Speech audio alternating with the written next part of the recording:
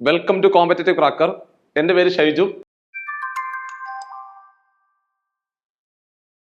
അപ്പൊ ഞാൻ ഇന്ന് നിങ്ങളുടെ മുമ്പിൽ വന്നിരിക്കും. നമുക്കറിയാം നിങ്ങൾ എല്ലാവരും അപ്ലൈ ചെയ്തുകൊണ്ട് പഠിച്ചുകൊണ്ടിരിക്കുന്നവരായിരിക്കും. സോ ഈ പോലീസ് ഡ്രൈവർ പരീക്ഷ എന്ന് പറഞ്ഞു കഴിഞ്ഞാല് തീർച്ചയായിട്ടും കഴിഞ്ഞ നമ്മൾ പരീക്ഷ എഴുതിയ സമയത്ത് തന്നെ മാത്സിലെ ചോദ്യങ്ങൾ കുറച്ചുകൂടി ആധികാരികമായിട്ട് ചോദിച്ചു എന്നുള്ള കാര്യം മറന്നു പോരുത്. അപ്പൊ അതുകൊണ്ട് പഠിക്കുമ്പോൾ തന്നെ മാത്സിലെ ചോദ്യങ്ങൾക്ക് വലിയ പ്രാധാന്യമാണ് കൊടുക്കേണ്ടത്. കാരണം മാത്സിനകത്തെ ആ 10 മാർക്ക് ഉണ്ടല്ലോ, അത് നമുക്ക് പഠിച്ചു കഴിഞ്ഞാൽ കിട്ടാവുന്ന മാർക്കാണ്. അതായത് അപ്ഡേറ്റ്സുകൾ ഇല്ലാതെ ഒരു ടോപ്പിക്ക് നന്നായിട്ട് പഠിക്കുവാണെങ്കിൽ അതിനകത്തുനിന്ന് 1 മാർക്ക് നമുക്ക് സ്കോർ ചെയ്യാൻ സാധിക്കും. സോ അത്തരത്തില് നിങ്ങൾ ഓരോ ചാപ്റ്ററുകൾ പഠിച്ചു പോകുന്ന സമയത്ത് 2021 മുതൽ 2024 വരെയുള്ള 10ാം ക്ലാസ് നിലവാരത്തിലുള്ള പ്രാഥമിക പരീക്ഷകളും അതേപോലെ മെയിൻ പരീക്ഷകളുടെയും ക്വസ്റ്റ്യൻ പേപ്പർ എല്ലാം പ്രാക്ടീസ് ചെയ്യണം. അതേപോലെ തന്നെ +2 ലെവലിലുള്ള പ്രിലിംസിന്റെ പരീക്ഷകളുടെ ക്വസ്റ്റ്യൻ പേപ്പറും മെയിൻസിന്റെ പരീക്ഷകളുടെ ക്വസ്റ്റ്യൻ പേപ്പറും പാരലലായിട്ട് പ്രാക്ടീസ് ചെയ്യണം. ഇത് ഇപ്പൊ നമ്മള് ശരാശരി എന്ന് പറയുന്ന ചാപ്റ്റർ പഠിച്ചു. ശരാശരി എന്ന് പറയുന്ന ചാപ്റ്ററുമായിട്ട് ബന്ധപ്പെട്ടുകൊണ്ട് ഒരു 6-7 ടൈപ്പ് ചോദ്യങ്ങൾ ഉണ്ടാവും, ഏറ്റവും നിലവാരമുള്ള ചോദ്യങ്ങൾ. അത് നമ്മൾ വൃത്തിയായിട്ട് പഠിച്ചതിന് ശേഷം അതുമായിട്ട് ബന്ധപ്പെട്ടുകൊണ്ട് 2021 മുതൽ 2024 വരെയുള്ള ഈ ടോപ്പിക് വൈസ് PYQ ചെയ്തു പഠിക്കുന്നതോടുകൂടി നിങ്ങൾ ആ ടോപ്പിക്കിൽ എക്സ്പേർട്ട് ആവും. ഇത് തന്നെയാണ് വരാൻ പോകുന്ന പരീക്ഷയ്ക്ക് നിങ്ങളുടെ മുമ്പിലേക്ക് വരുന്ന ക്വസ്റ്റ്യൻ.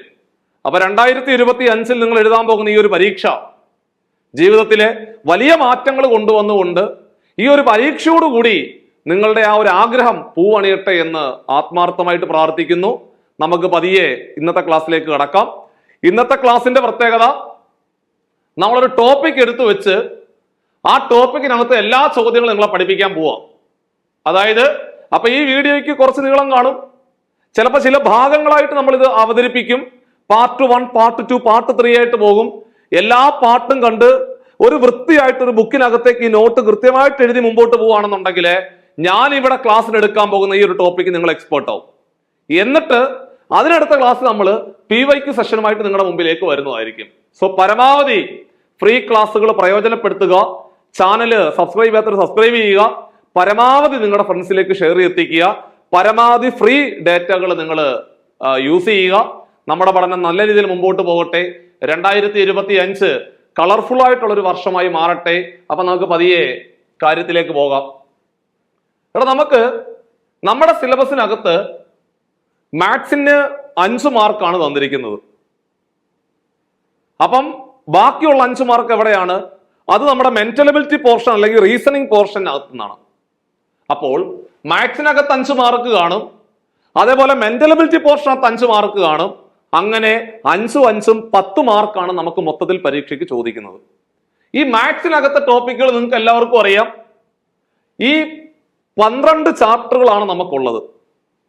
ഈ 12 ചാപ്റ്ററുകൾ എന്ന് പറയുമ്പോൾ സംഖ്യകളും അടിസ്ഥാന ക്രിയകളും എന്ന് പറയുന്ന ചാപ്റ്റർ, ഭിന്നസംഖ്യ, ശതമാനം, ലാഭനഷ്ടം, അങ്ങനെ വന്ന് ശരാശരിയായി, എക്സ്പോണൻസ് ആയി, ജോമെട്രി ആയി, പ്രോഗ്രഷൻ ആയി, ഇങ്ങനെ 12 ചാപ്റ്ററുകളാണ് നമുക്ക് പഠിക്കാനുള്ളത്.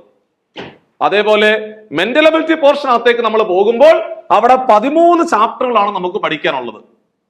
ആ 13 ചാപ്റ്ററിലെ ഏറ്റവും പ്രധാനപ്പെട്ട കുറച്ച് ചാപ്റ്ററുകളുണ്ട്. ബാക്കിയെല്ലാം നമുക്കൊരു സഹായം ഇല്ലാതെ പോകാവുന്നതാണ്. സ്ഥാനനിർണയ പരിശോധന എന്ന് പറയുന്ന ചാപ്റ്റർ, അതായത് രാജു ഒരു വരിയിൽ ഇടത് നിന്ന് 5ാമതാണ് അല്ലെങ്കിൽ വലത് നിന്ന് 7ാമതാണ് എന്നൊക്കെ പറയുന്ന ചോദ്യങ്ങൾ, അത് റാങ്കിങ് എന്ന് പറയുന്ന ഭാഗവുമായിട്ട് ബന്ധപ്പെട്ട് വരുന്ന ചോദ്യമാണ്. അതേപോലെ തന്നെ മറ്റൊരു പ്രധാനപ്പെട്ട ഭാഗമാണ് ബ്ലഡ് റിലേഷൻ എന്ന് പറയുന്ന ഭാഗം. അതും നമുക്ക് വരച്ച് ചെയ്തുകൊണ്ട് പെട്ടെന്ന് മാർക്ക് എടുക്കാൻ പറ്റുന്ന സാധനമാണ്. ഡയറക്ഷനുമായിട്ട് ബന്ധപ്പെട്ട ചോദ്യം, ക്ലോക്കുമായിട്ട് ബന്ധപ്പെട്ട് വരുന്ന ചോദ്യങ്ങൾ, കലണ്ടറുമായിട്ട് ബന്ധപ്പെട്ട് വരുന്ന ചോദ്യങ്ങൾ.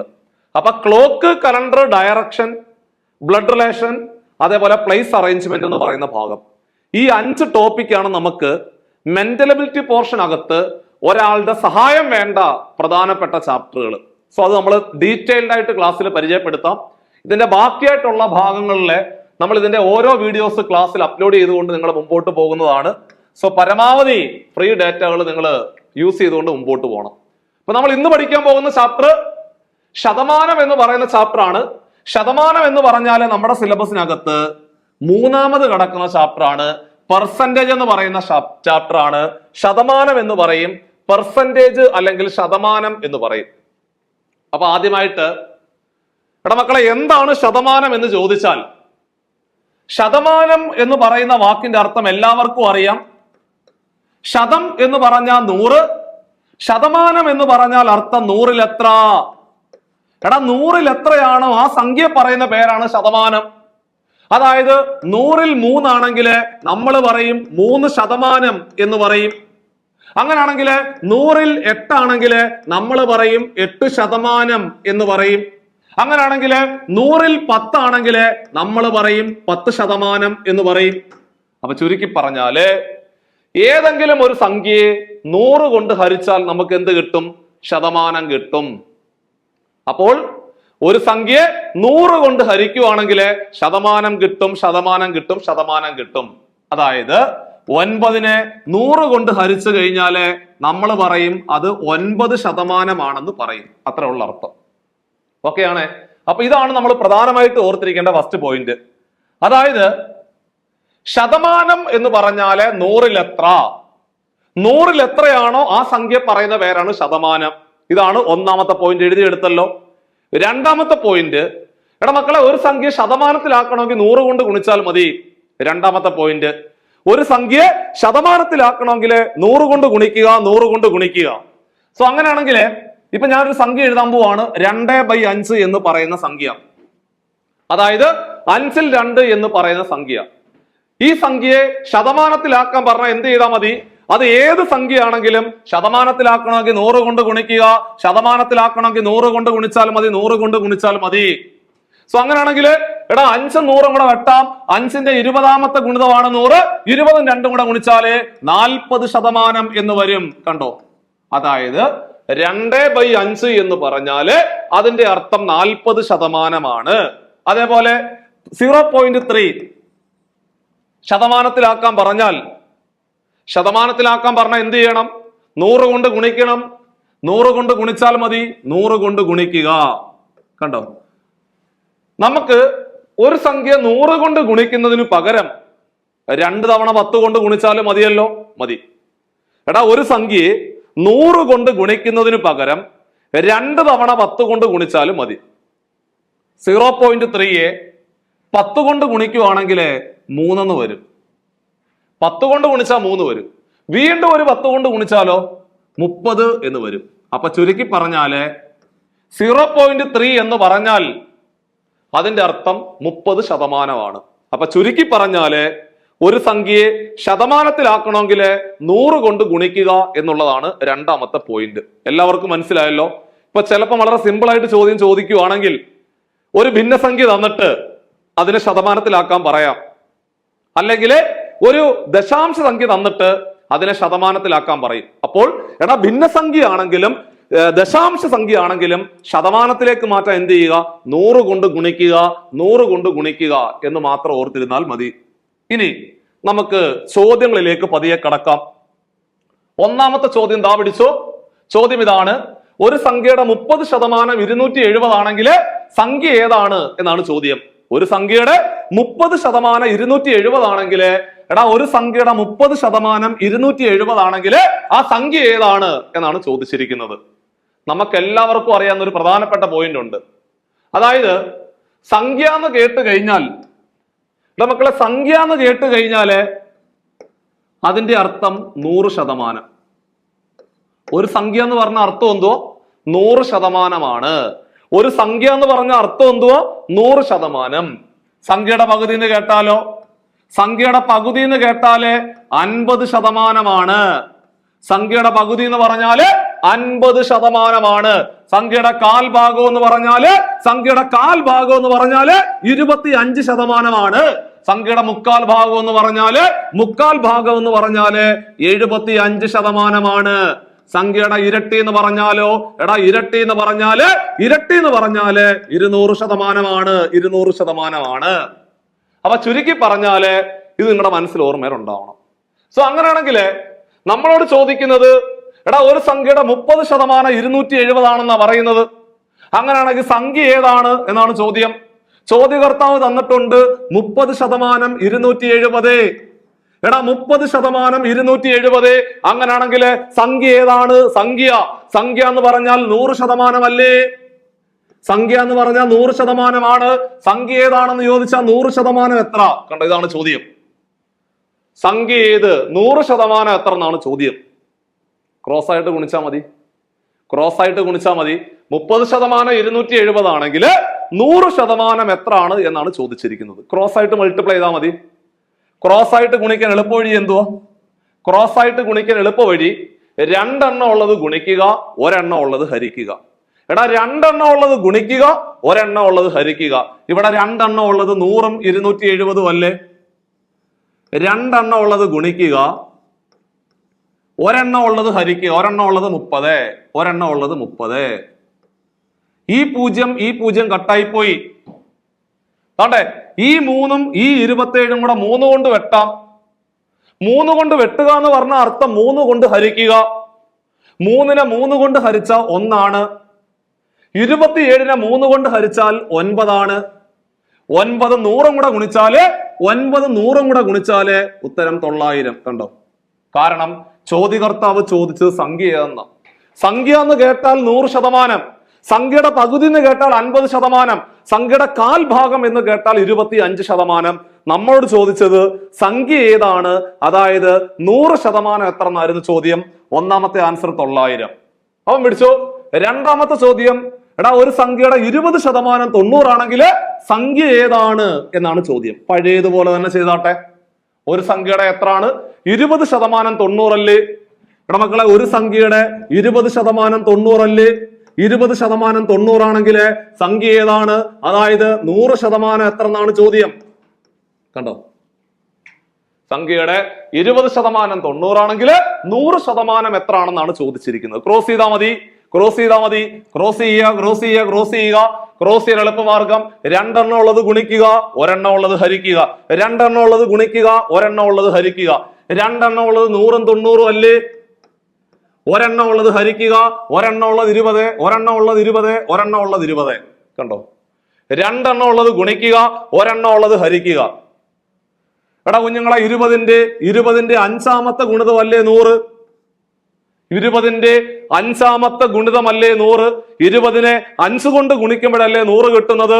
20ന്റെ 5ാമത്തെ മൾട്ടിപ്പിൾ 20ന്റെ 5ാമത്തെ ഗുണിതമാണ് 100. 90 5ഉം കൂടെ ഗുണിച്ചാല് 9 5 45 450 എന്ന് വരും ആൻസർ. കണ്ടോ? അപ്പോൾ രണ്ടാമത്തെ ഉത്തരം 450 എന്ന് വരും ആൻസർ. സിമ്പിൾ അല്ലേ? അപ്പൊ പിടിച്ചോ. മൂന്നാമത്തെ ചോദ്യത്തിലേക്ക് നമ്മൾ പതിയെ കടക്കുന്നു. മൂന്നാമത്തെ ചോദ്യം, ഒരു സംഖ്യയുടെ 60% 420 ആണെങ്കിൽ അതേ സംഖ്യയുടെ 20% എത്രയാണെന്നാണ് ചോദ്യം. ഒരു സംഖ്യയുടെ 60% 420 ആണെങ്കിൽ അതേ സംഖ്യയുടെ 20% എത്രയാണ് എന്നാണ് ചോദ്യം. പഴയതുപോലെ തന്നെ സംഖ്യയുടെ 60% 420 അല്ലേടാ?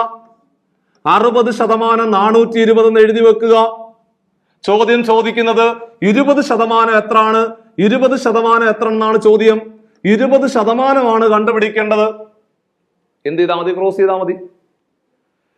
സംഖ്യ എന്ന് ചോദിച്ചായിരുന്നെങ്കിൽ 100% കണ്ടുപിടിക്കേണ്ടി വന്നേനെ. സംഖ്യയുടെ പകുതി എത്ര എന്ന് ചോദിച്ചായിരുന്നെങ്കിൽ 50% കണ്ടുപിടിക്കേണ്ടി വന്നേനെ. ഇവിടെ 20% കണ്ടുപിടിക്കേണ്ടത്. ക്രോസ് ചെയ്താൽ മതി. ക്രോസ് ആയിട്ട് മൾട്ടിപ്ലൈ ചെയ്യുക.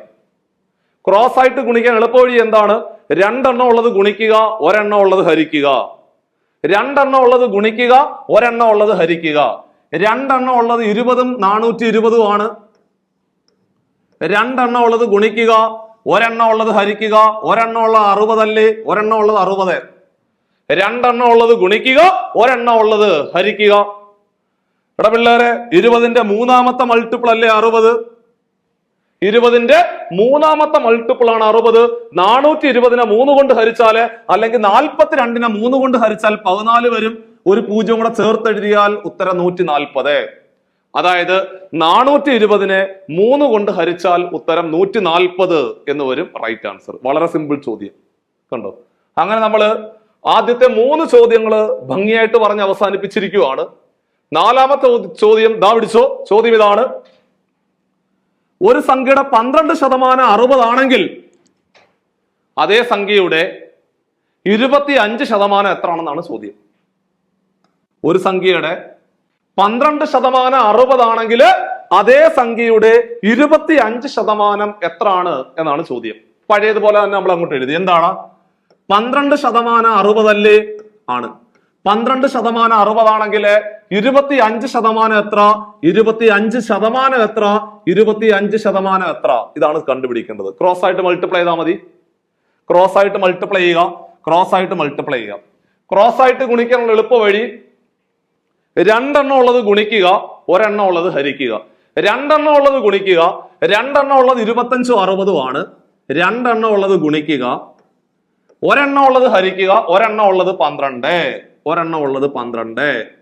2 എണ്ണം ഉള്ളത് ഗുണിക്കുക, 1 എണ്ണം ഉള്ളത് ഹരിക്കുക. ഇവിടെ മക്കളെ 12ന്റെ 5ാമത്തെ ഗുണിതമല്ലേ 60? 12ന്റെ 5ാമത്തെ മൾട്ടിപ്പിൾ ആണ് 60. 25നെ 5 കൊണ്ട് ഗുണിച്ചാൽ 125 എന്ന് വരും ആൻസർ. കണ്ടോ? 25നെ 5 കൊണ്ട് ഗുണിക്കുവാണെങ്കിൽ ഉത്തരം 125 എന്ന് വരും റൈറ്റ് ആൻസർ. കണ്ടോ? ഇത്രേ ഉള്ളൂ പരിപാടി.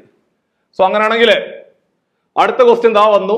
ചോദ്യം ഇതാണ്: ഒരു സംഖ്യയുടെ 59% നിന്നും 52% കുറച്ചപ്പോൾ 490 കിട്ടിയെങ്കിൽ സംഖ്യ ഏതാണ് എന്നാണ് ചോദിച്ചിരിക്കുന്നത്. നോക്കിക്കോണേ. ഒരു സംഖ്യയുടെ 59% നിന്ന് 52% കുറയ്ക്കുവാണെങ്കിൽ സ്വാഭാവികമായിട്ട് നമുക്കറിയാം 59% നിന്ന് 52% കുറയ്ക്കുവാണെങ്കിൽ 7% എന്ന് കിട്ടത്തില്ലേ? കിട്ടും.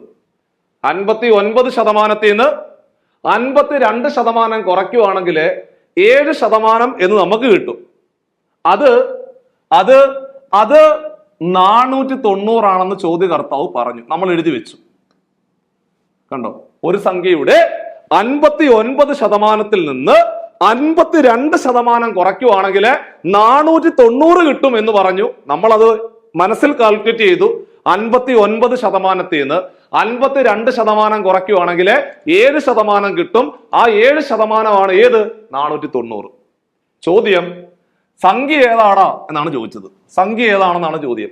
സംഖ്യ എന്ന് കേൾക്കുമ്പോഴേ നമ്മുടെ മനസ്സിൽ വരണം. എന്ത് വരണം? സംഖ്യ എന്ന് കേട്ടാൽ നമ്മുടെ മനസ്സിൽ 100% എന്ന് വരണം. സംഖ്യ എന്ന് കേട്ടാലേ 100% എന്ന് മനസ്സിൽ വരണം. അപ്പോൾ സംഖ്യ ഏതാണെന്ന് ചോദിച്ചാൽ അതിന്റെ അർത്ഥം 100% എത്ര? ഇതാണ് ചോദ്യം. സംഖ്യ എന്ന് കേൾക്കുമ്പോഴേ മനസ്സിൽ വരേണ്ടത് എന്താണ്? 100%. സംഖ്യ ഏതാണെന്ന് ചോദിച്ചാൽ 100% എത്ര? ഇത്രേ ഉള്ളൂ. ക്രോസ് ചെയ്താൽ മതി. ക്രോസ് ആയിട്ട് ഗുണിക്കുക, ക്രോസ് ആയിട്ട് ഗുണിക്കുക, ക്രോസ് ആയിട്ട് ഗുണിക്കുക. ക്രോസ് ആയിട്ട് ഗുണിക്കാൻ എളുപ്പ വഴി എന്തുവാ? 2 എണ്ണം ഉള്ളത് ഗുണിക്കുക, 1 എണ്ണം ഉള്ളത് ഹരിക്കുക. 2 എണ്ണം ഉള്ളത് 100 490 ആണ്. 2 എണ്ണം ഉള്ളത് ഗുണിക്കുക, 2 എണ്ണം ഉള്ളത് ഗുണിക്കുക, 1 എണ്ണം ഉള്ളത് ഹരിക്കുക. 1 എണ്ണം ഉള്ളത് 7, 1 എണ്ണം ഉള്ളത് 7. കണ്ടോ? ഇവിടെ ഈ 7ഉം ഈ 49 കൂടെ വെട്ടിക്കൂടെ? വെട്ടാം. എത്ര കൊണ്ട് വെട്ടാം? 7 കൊണ്ട് വെട്ടാം. എടാ 7 49 കൂടെ 7 കൊണ്ട് വെട്ടാം. 7 കൊണ്ട് വെട്ടുക എന്ന് പറഞ്ഞ അർത്ഥം എന്തോ? 7 കൊണ്ട് ഹരിക്കുക. 7 കൊണ്ട് വെട്ടുക എന്ന് പറഞ്ഞ അർത്ഥം എന്തോ? 7 കൊണ്ട് ഹരിക്കുക. 7നെ 7 കൊണ്ട് ഹരിച്ച 1 അല്ലേ? 49നെ 7 കൊണ്ട് ഹരിച്ച 7 അല്ലേ? ആ 0 മറന്നു പോലെ കയറ്റി എഴുതിക്കോ. അപ്പോൾ 70നെ 100 കൊണ്ട് ഗുണിച്ച എത്ര? 70നെ 100 കൊണ്ട് ഗുണിച്ച എത്ര? ഒരു സംഖ്യ 100 കൊണ്ട് ഗുണിക്കാൻ 2 0 ഇട്ട് കൊടുത്താൽ പോലെ ഉത്തരം 7000. കണ്ടോ? Simple answer 7000. സിമ്പിൾ ആയിട്ട് മനസ്സിലായ കണ്ടോ? അപ്പോൾ ഒരു സംഖ്യയുടെ 59% നിന്ന് 52% കുറയ്ക്കുവാണെങ്കിൽ 7% കിട്ടും എന്ന് മനസ്സിലാക്കണം. അത് കോമൺ സെൻസിൽ ആലോചിക്കണം. ആ 7% ഏത്? 490 എന്ന് ചോദ്യകർത്താവ് പറയുന്നു. സോ 7% 490 ആണെങ്കിൽ സംഖ്യ ഏതാണ് എന്നാണ് ചോദിച്ചത്. സംഖ്യ എന്ന് കേൾക്കുമ്പോഴേ മനസ്സിൽ വരണം, എടാ സംഖ്യ എന്ന് കേട്ടാൽ 100%. സംഖ്യ ഏതാണെന്ന് ചോദിച്ചാൽ 100% എത്ര എന്നാണ് ചോദ്യം. സോ ക്രോസ് ചെയ്താൽ ആൻസർ കിട്ടും. സിമ്പിൾ. അടുത്ത ക്വസ്റ്റ്യൻ എന്താ പിടിച്ചു?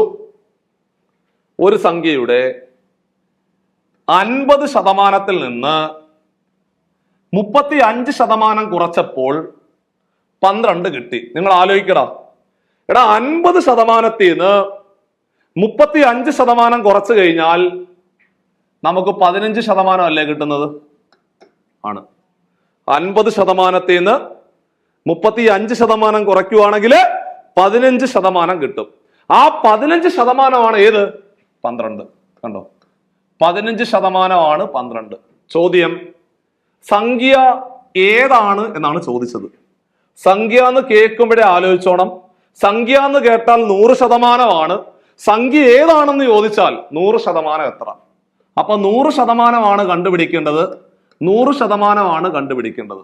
സോ ക്രോസ് ആയിട്ട് ഗുണിച്ചാൽ മതി. 2 എണ്ണം ഉള്ളത് ഗുണിക്കുക, 1 എണ്ണം ഉള്ളത് ഹരിക്കുക. എടാ മക്കളെ, 2 എണ്ണം ഉള്ളത് 100ഉം 12ഉം ആണ്.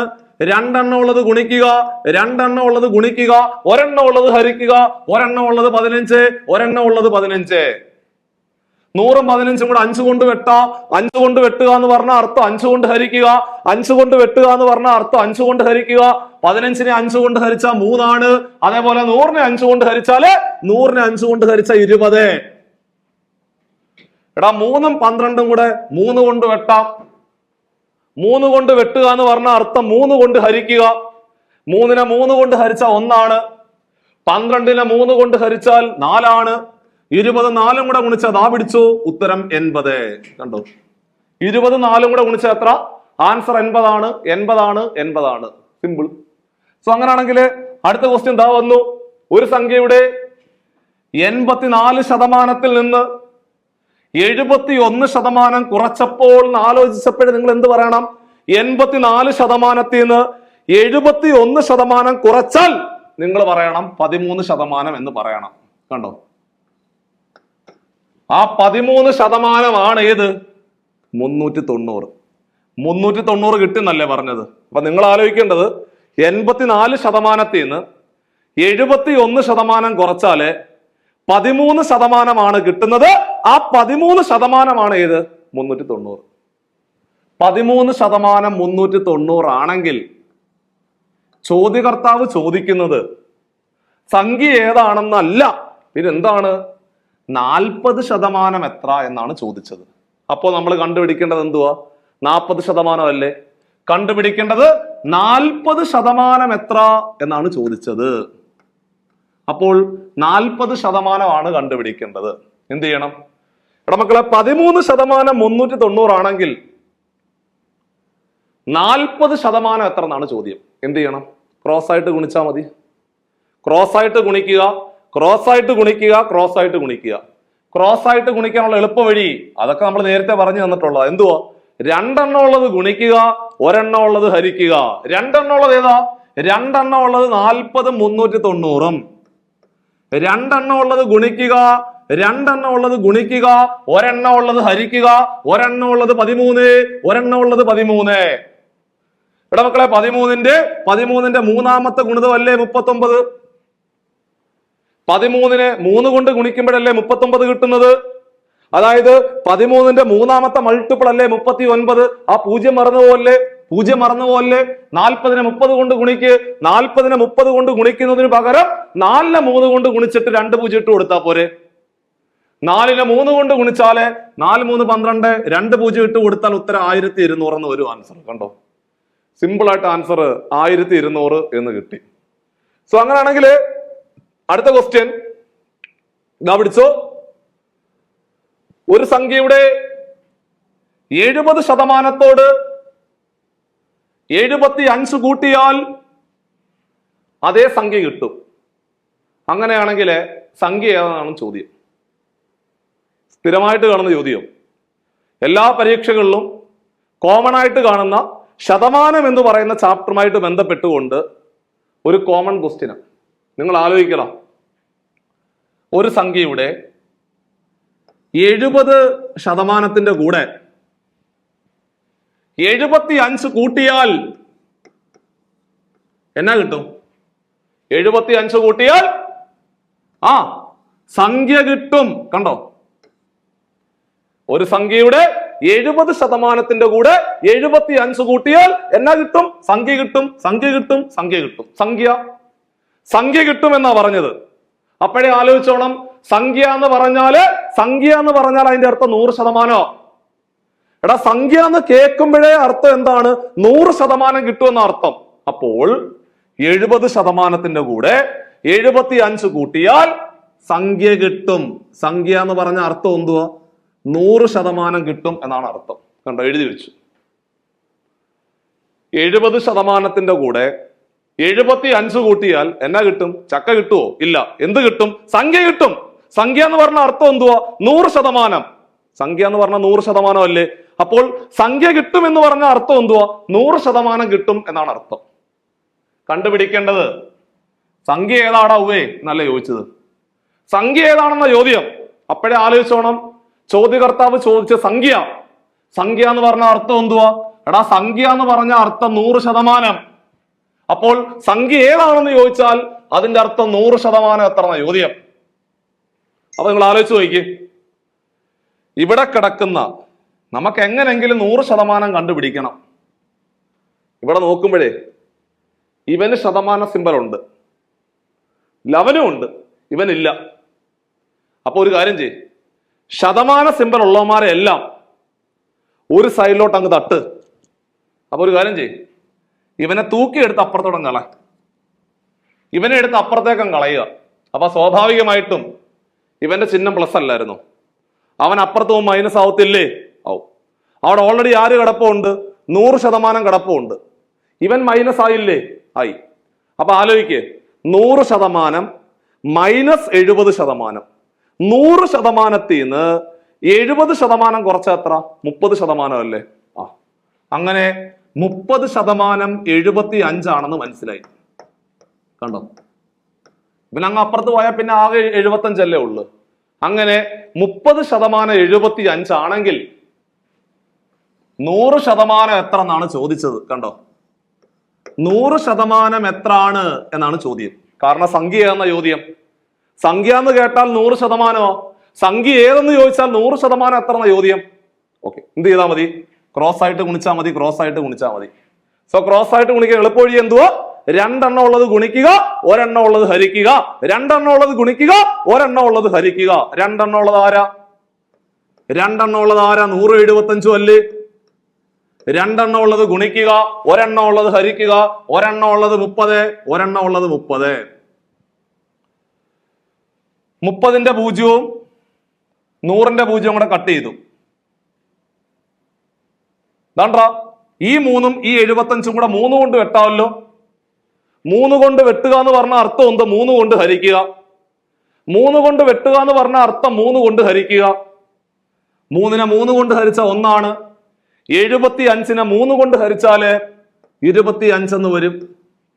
25നെ 10 കൊണ്ട് ഗുണിച്ചാല് നമ്മളുടെ ഉത്തരം 25 × 10. നമ്മളുടെ ഉത്തരം 250. അടിച്ചു. ഇത്ര ഉള്ളു പരിപാടി. സോ ഇത് വളരെ സ്ഥിരമായിട്ട് ചോദിക്കുന്ന ചോദ്യമാണ്, സിമ്പിൾ സാധനമാണ്. ഒന്നുകൂടെ പറയാം, പിടിച്ചോ. ഒരു സംഖ്യയുടെ 70%ന്റെ കൂടെ 75 കൂട്ടിയാൽ, അവര് കുറയ്ക്കാനാണ് പറഞ്ഞെങ്കിൽ കുറയ്ക്കണം, കൂട്ടാൻ പറഞ്ഞാൽ കൂട്ടണം. കൂട്ടിയാൽ സംഖ്യ കിട്ടും എന്നാ പറഞ്ഞത്. സംഖ്യ കിട്ടും എന്ന് പറഞ്ഞ അർത്ഥം എന്ത്? 100% കിട്ടുമെന്ന അർത്ഥം. സോ അവിടുന്ന് നമ്മൾ വൃത്തിയായിട്ട് എഴുതി വെച്ചു. അപ്പോഴാണ് നോക്കിയത്, ലവനും അവനും ശതമാന സിമ്പൽ ഉണ്ട്. അപ്പൊ ശതമാന സിമ്പൽ ഉള്ളവന്മാരെ എല്ലാം നമുക്ക് ഒരു സൈഡിലേക്ക് അങ്ങ് തട്ടാം. അപ്പൊ ഇവനെ പറഞ്ഞങ്ങ് അപ്പുറത്ത് വിട്ടു. അപ്പൊ എന്തായാലും മൈനസ് ആയി. 100% മൈനസ് 70%, 30%. എടാ മക്കളെ, 30% ഏത്? 75. എടാ 30% 75 ആണെങ്കിൽ ചോദ്യം സംഖ്യ ഏത്? സംഖ്യ എന്ന് പറഞ്ഞാൽ 100%. 100% എത്ര എന്ന ചോദ്യം. 30% 75 ആണെങ്കിൽ 100% എത്ര? ക്രോസ് ആയിട്ട് മൾട്ടിപ്ലൈ ചെയ്താൽ മതി. ക്രോസ് ആയിട്ട് മൾട്ടിപ്ലൈ എളുപ്പവഴി എന്താണ്? 2 എണ്ണം ഉള്ളത് ഗുണിക്കുക, 1 എണ്ണം ഉള്ളത് ഹരിക്കുക. അത്ര ഉള്ള പരിപാടി. എന്താ പിടിച്ചു? അടുത്ത ക്വസ്റ്റ്യൻ. ഒരു സംഖ്യയുടെ 75%ന്റെ കൂടെ 200 കൂട്ടിയാൽ അതേ സംഖ്യ കിട്ടും എന്നാണ് പറഞ്ഞത്. അപ്പോഴേ ആലോചിച്ചോണം. എടാ 75%ന്റെ കൂടെ 200 കൂട്ടിയാൽ എന്നാ കിട്ടും? 200 കൂട്ടിയാൽ നമുക്ക് കിട്ടും. എന്ത് കിട്ടും? സംഖ്യ കിട്ടും. സംഖ്യ എന്ന് പറഞ്ഞ അർത്ഥം എന്തുവാ? 100%. സംഖ്യ കിട്ടുമെന്ന് പറഞ്ഞ അർത്ഥം എന്തുവാ? 100% കിട്ടും എന്നാണ് പറഞ്ഞത്. എഴുതി വെച്ചു. അങ്ങനെയാണെങ്കിൽ സംഖ്യ ഏതാണ് എന്നാണ് ചോദിച്ചത്. എടാ സംഖ്യ ഏതാണ്? സംഖ്യ സംഖ്യ സംഖ്യ ഏതാണ്? സംഖ്യ എന്ന് പറഞ്ഞ അർത്ഥം 100% എത്ര?